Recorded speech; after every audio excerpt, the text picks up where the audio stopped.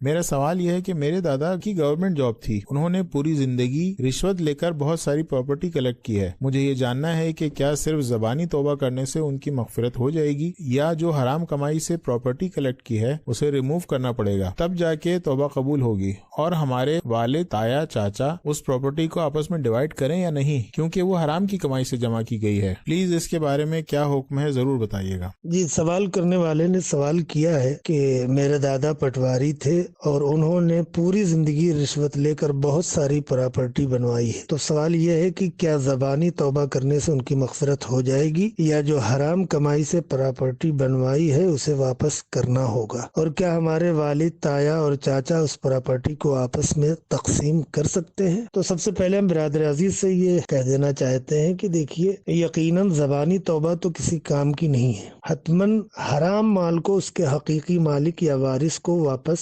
کرنا ہوگا، اور یہ کام آپ کے دادا کا تھا. اور اب جب کہ آپ کے دادا اس دنیا میں نہیں رہے تو ان کے بچوں یعنی آپ کے والد اور چچا اور تایا وغیرہ کا ہے، اور یہ ان کی ذمہ داری ہے کیونکہ وہ پراپرٹی ان کو میراث کے عنوان سے پہنچی ہے. لہذا دو صورت اس کی بنتی ہے. اگر یہ یقین ہو کہ انہوں نے جو کچھ پراپرٹی چھوڑی ہے وہ تمام کی تمام حرام سے بنوائی گئی ہے اور اس میں حلال مال نہیں لگا ہے، تو اس صورت میں اگر وہ اس کے حقیقی وارثین کو جانتے ہوں تو اس پراپرٹی کو بیچ کر ان کا مال ان کو، اگر وہ زندہ ہیں، یا ان کے وارثین کو واپس کر دیں. یا اگر نہیں پہچانتے یا ان تک رسائی ممکن نہیں ہے تو اس صورت میں اس مال یا پراپرٹی کو اس کے حقیقی مالکوں کی طرف سے صدقہ دے دیں. یہ اس صورت میں ہے کہ جب پورا کا پورا مال آپ یقین کے ساتھ جانتے ہیں کہ یہ حرام سے بنا ہے، یہ پوری پراپرٹی حرام کی تھی، اور مالکین کو بھی اگر جو ہے وہ معلوم ہے تو ان کو واپس کریں گے، اور اگر مالکین معلوم نہیں تو صدقہ دے دیں گے. لیکن اگر تمام مال حرام نہ ہو بلکہ حلال مال بھی اس میں مخلوط ہو، جیسا کہ آپ نے بتایا کہ آپ کے دادا سرکاری ملازم تھے، تو